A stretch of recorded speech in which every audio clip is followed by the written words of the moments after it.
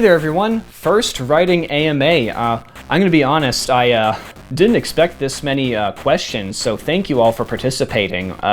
Without further ado, here we go. How do I navigate combining my already planned out and partly written story while coming up with new ideas for it? So is the story planned out, or do you have new ideas for it? Because those two can't always mesh with each other.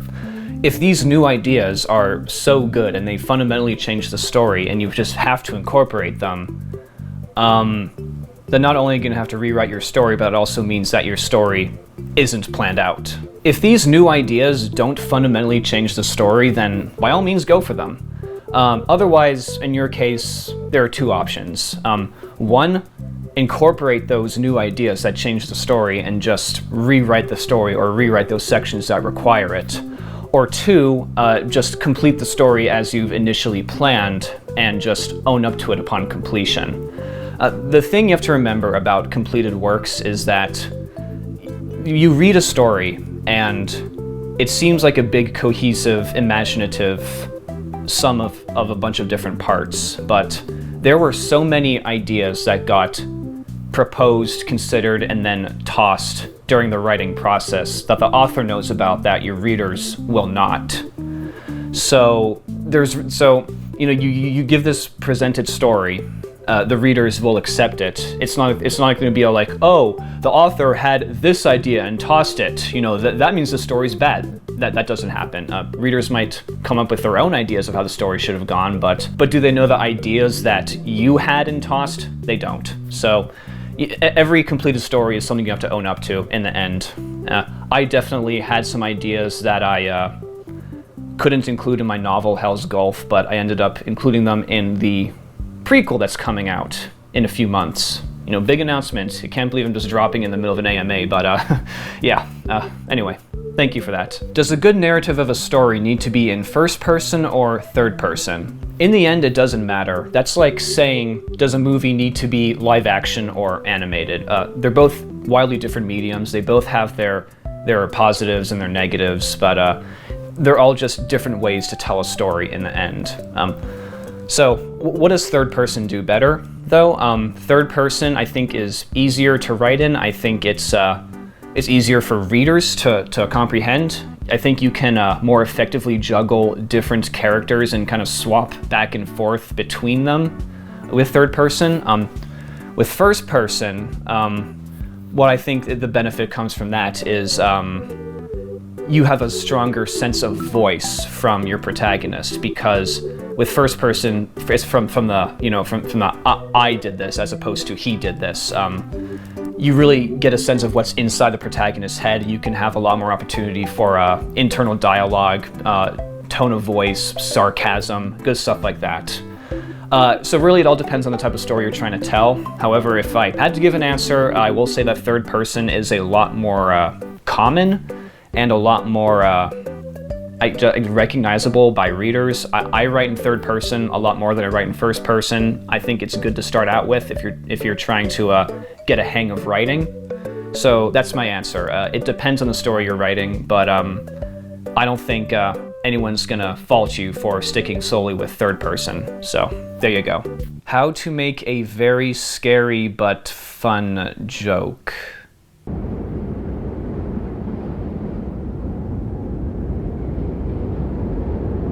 What are the biggest do's and don'ts when writing character deaths? Damn, dude, what's on your mind? Everything okay at home? No, but seriously, so a character death, let's go a bit more broad and talk about a character conclusion. So, just like a good story, a good character needs a proper conclusion. And the best conclusion for both a story and a character is justified, it makes sense, it's in line with what we know about the story or the character.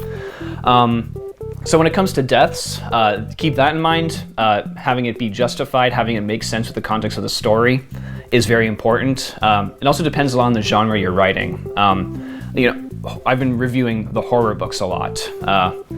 When it comes to writing a super horrific death in a horror story, obviously you want to hit the fear factor, but you don't want to be gratuitous. A lot of times in horror, a character's death, the extent of their death, the gratuitousness of their death is linked to their likability as a character. You tend to find in horror, even from schlock horror to high-end horror, usually the bad guys or the antagonists have the most dramatic, gratuitous deaths. Meanwhile, protagonists or good characters that you like have deaths that are very tragic, very sometimes unexpected and sudden. Deaths just have to mesh with the narrative, and they can be out of place and out of nowhere, just like any other element of a story. Another example, let's talk about drama or something like that. A lot of times when people die in drama, it's not really violent or gratuitous, but it can be shocking, it can be out of nowhere. For example, just off the top of my head, a guy has a long, fulfilling life throughout the story, has his whole character arc, and then just ends up dying of cancer, in the last few pages. That's unless you're going for some kind of exercise in ultra realism or a whole everyone dies kind of story in the end. I wouldn't call that a good death on its face. If there's a sense of dramatic or tragic irony to it, that could work. But I think the biggest do when it comes to character deaths is to make sure that it makes sense in the context of the story and the context of the character it's happening to, and also the genre. So there you go. How to properly do world building and character writing. Well, for starters, you can invest in a spell checker. I'm kidding. So when I see the phrase world building, I immediately jump to sci-fi and fantasy. And when it comes to world building for those genres, I have two rules. One, ease your readers into it. I have read one too many sci-fi fantasy novels, usually by self-published or beginning authors, where the reader is immediately thrust into a world with 3 different galaxies, 12 different races, 5 societies, 4 exoplanets, and oh, there's a secret society here too. Ooh, no. So normally protagonists encounter the world organically, one little bit at a time. And if they see too many things at once, they will just reject it and not absorb information, and the same goes with your readers. Good example is Harry Potter. You think about the world of Harry Potter in retrospect, it is huge. There is so much history and context and characters to it. But no, Harry Potter starts out literally in a cupboard under the stairs and then is slowly, very slowly eased into this world throughout his journey. You don't even get the scope of it in the end of book 1. It's only really until book 4 or 5 maybe where you start to get the full extent of the wizarding world. So think about your character, think about what you do in that situation. Would you prefer to see things organically one at a time, or would you prefer to have everything thrust in your face? The answer is obviously one thing at a time. Rule number 2, you need to establish a set of rules, the way logic works in your world, and stick with it. I have again seen many instances where people just seem to want to bend the rules or the laws, whether it be laws that they have in their head or laws that are in the world, actually enforced by the characters, where they're just kind of disregarded, flip-flopped, forgotten. This is kind of a weird example, but Fairly Odd Parents. The earliest episodes had literally the rules, and all the episodes were based around the rules, but later episodes just seem to forget or bend the rules and hope that the audience wouldn't notice. I mean, granted, the audience is kids, but I watched Fairly Odd Parents when I was a kid. I notice. So, and no one's saying you can't do that, but if there's an instance where the rules or the laws are broken, then make that a whole freaking story and make that the conflict. Because you can't just do that on a whim and expect your readers to go along with it, because when readers see that, they know that this is just a world in an author's head and not a world they want to immerse themselves in. So those are my 2 rules for world building. What are some of the biggest mistakes one should avoid when writing a story? Man, that could take up a whole separate video. So to compensate, I will share what I think is the number one mistake that writers can make when they start a new story, and that's not reading enough. So it's not enough to get a grasp of like character development and story progression, setting, use of vocabulary and all that. You have to read a lot of books to know how a book is supposed to read. Not just like reading it, but like seeing how it's structured, seeing how syntax comes into play. I have read one too many like stories from people just starting out who clearly have never read a book in their lives. The whole thing is just formatted in the way that it comes to their heads, and it is just a mess. It is just either huge walls of text or just improper indentation and spacing, stuff like that.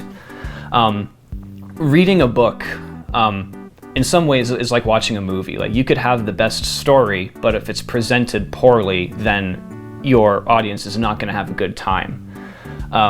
There is like a emotion to the way your eyes dart across the page, combined with how you retain information and understand a story. So, read a lot of books, know how books are structured, take note of different syntactic devices to incorporate into your sense of voice, and once you know enough, once you've read enough, you can bend those rules to your whim. But there's a difference between someone who breaks the rules and someone who doesn't know the rules. You always have to know the rules before you can break the rules. So there's that. I have a friend who is writing a story. How do you stay motivated when writing a story? How should you plan out how the story should go? How do you find good concepts and ideas to use? How are you? For motivation, you might want to wait till the next question. In terms of how his story should go, I can't answer that because I don't know what kind of story he's writing, and if I try and give advice, I risk writing his story for him, and I cannot do that. I cannot bring myself to. Concepts and ideas, however, that's something I can answer. I've always thought that the best writers can also be the best listeners. Everyday conversation, people watching, just, at the dinner table, in school, just anywhere where there's people just saying things, just constantly be on the lookout, or the listen out rather, for ideas. What are they talking about that's happening in the world? What are they interested in? How do they interpret something that happened to them? I guess, you could just, research things online to see like, what's a cool topic to write about? But good storytelling is very personal, and a lot of it's motivated by personal experience. It's all just your observations, your own thoughts about certain things. Like, there have been times where what someone said in real life verbatim became a line of dialogue in my books. And in Hell's Gulf, there's a few instances of that. So the analogy that I like to use is like, I'm an amoeba. I'm kind of silently shuffling along, kind of nondescript, kind of trying to stay out of everyone's way. But if I see something interesting, I suck it up and I digest it, and I kind of save it for later. That's what you have to do for like anything you hear about, any nugget of information, any headline, anything that someone said that just kind of strikes at you. Just compartmentalize that. Don't forget it. And if you have a hard time remembering, write it down. Like, that's where like good storytelling comes from, is from what you see, what you observe, what you process, and finally what you put back on a page. How am I? 5 out of 10. Next, how do you get the motivation to sit down and write? I have tons of ideas for writing, both big and small, but I always end up dropping what I'm working on after a page or two. How do I stay focused? Boy, let me tell you, there is nothing that is less motivating than sitting down at a desk and staring at a blank page. Seriously, there is like, that's what you do in an office from 9 to 5. So it's no different for me. Just sitting and staring at something just doesn't do it for me. So what do? Well, to sit down and write, I have to do the exact opposite, which is not sit down and not write. Pretty much everywhere I go, I am just thinking, and I am coming up with concepts and different ways to express a story beat, for instance. My best ideas I found actually come to me when I'm hiking or running. That's just what's going through my head at the time. I'm just thinking about my story, how the story should go, different lines of dialogue. And I'm not sure if this is like true or not, but I have heard before that being out in nature, away from an indoor environment where there's familiar shapes and colors and sounds and smells, and being outside where there's totally new, stimulating, engaging sensations can actually help kind of get those juices flowing, get that energy going. And that's the motivation I get, is just not being at the desk. Wherever I go, just hyping myself up, getting myself high off the story that I want to write. And I have to take that high and I have to bring it to the desk to start writing. You shouldn't find motivation when you're sitting at a desk.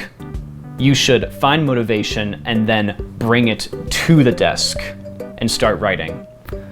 There definitely have been days, a lot less than I prefer, where I can just sit down at a desk for 10 hours and just write and feel motivated the whole way through. But like I said, for me, that's rare. I presume for everyone else, that's rare. Take every opportunity you can away from the desk to hype yourself up and then bring it to the desk.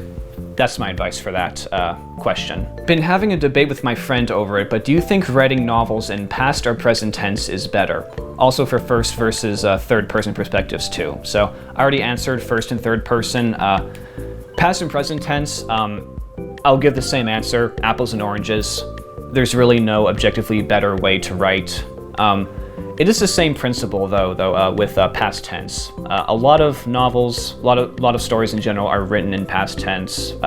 It's easy to write. It's familiar to readers. That's a good like tried and true method for writing. So what does present tense do that past tense cannot? Present tense, there's one word that comes to mind, that's immersion. With past tense, what you're basically doing is telling a story that's already been told. With present tense, it's like when you open the book, the reader falls into it and is kind of in the moment experiencing the thing as a protagonist is, which I think is like super cool and can really help just kind of get the reader hooked and keep them reading. However, it is admittedly, I think, more difficult to write in present tense because there's just a lot of mistakes you have to make, such as verb forms, and just some things are just harder to convey in present tense, I think, than past tense. With past tense, you can talk about things that are happening now in the context of the past tense versus what happened in the past of the past, if that makes sense. So, like I said, if you want to be experimental, if you want to be daring, if you want to try and tell a new kind of story, you can write in a present tense, but no one's going to follow you for sticking with past tense. I don't think like anything I've written in the last like several years actually has been in present tense. I've written solely in past tense. So I don't really like make a distinction. I don't really care. I can still get immersed in a story regardless. So there you go. For longer books or multi-book novels or a series, how much should I plan out the story before I begin writing? What/how much of a greater story can change in the middle of writing before it becomes an issue? I would say, obviously, have a beginning, know your ending, have a few middle points that you need to hit. If there are greater themes, morals, lessons, whatever, that you want to incorporate, be sure that they're there and be sure that everything interconnects in a way that relates to it, or at least doesn't contradict it. Otherwise, go crazy, really. Like, the way you get to the destination is completely up to you. In terms of how much can change in the middle before it becomes an issue, I'd say if it starts to like change like the theme or change the direction of the story, if you cannot find a possible way to get to your ending after you made so many changes, then that's a problem. And it's like I said before, if you come up with a story, if you have many different directions you can go, and then you pick one direction and stick with it, readers are not going to know the difference. They're not going to know about all the what ifs you had in your head. So keep that in mind. Like, no one's going to judge you for the ideas you had that you ultimately had to scrap and didn't tell anyone about. But again, readers will notice if you've made changes in the middle. Like, they can read that if there's like a plot line or a character that is forgotten halfway through and then is never resolved at the end.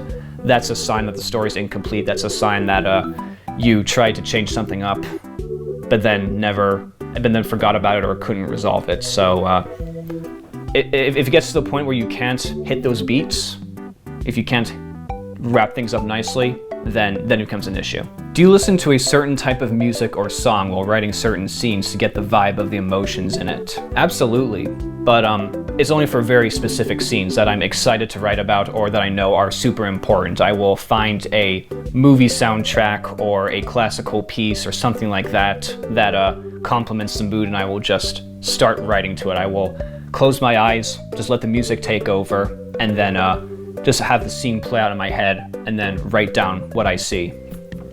More broadly speaking, I do listen to music when I write, but it does function more as white noise and tone setting than anything. I never listen to music that has lyrics in it when I write. That just distracts me. I'm already working with words. I don't need more words in my head. A lot of the music I listen to when I write is specs towards ambient or just slow, kind of low-key in general. Nothing bombastic, nothing super fast. I like listening to, sometimes I listen to like settings, like deep space, lighthouses, enchanted forests, stuff like that, just to set the mood. But yeah, I totally listen to music when I come up with scenes. But like I said, only the important scenes that I need to get a very certain delivery and tone for. How do you make a character likable? So for a likable character, remember it doesn't have to be a protagonist. It can be anyone. Anyone can be a likable character, even like a despicable villain, like the Joker. Some people call the Joker likable because he's just a lot of fun. So what unites characters from all spectrums, good or evil, in order to make them likable? A few things that come to mind. Sense of humor is a good thing. A sense of groundedness, self-awareness is also good. Readers don't like reading about characters that kind of exist beyond the scope of reality, who kind of have pretensions or viewpoints of the world that are unrealistic or self-serving. That's what makes a villain, an unlikable villain. A good villain, but also an unlikable villain.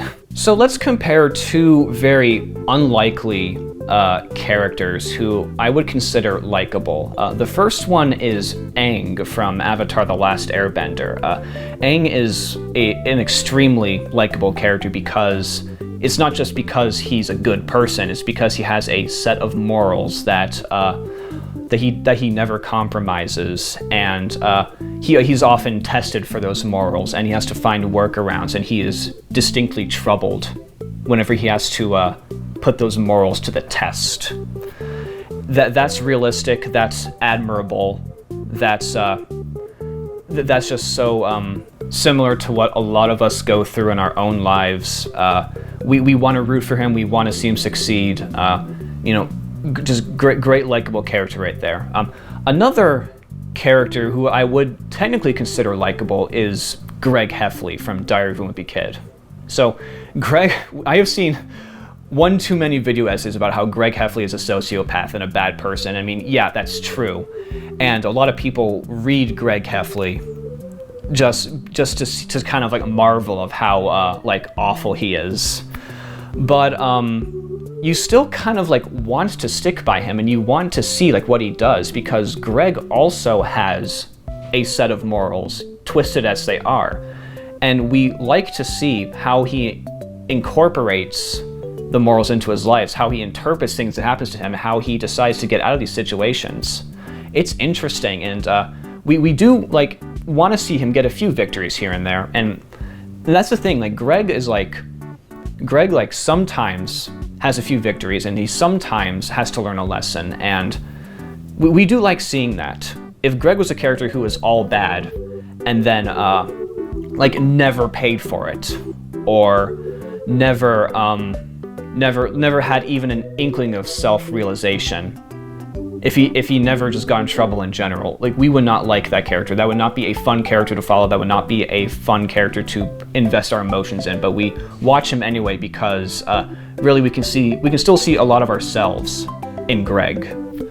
We've all wanted to be like Greg at some points, but we also recognize that we can also get in huge trouble for it, and Greg also recognized that he could get in trouble for it. So it just goes back to what I said about self-awareness and groundedness.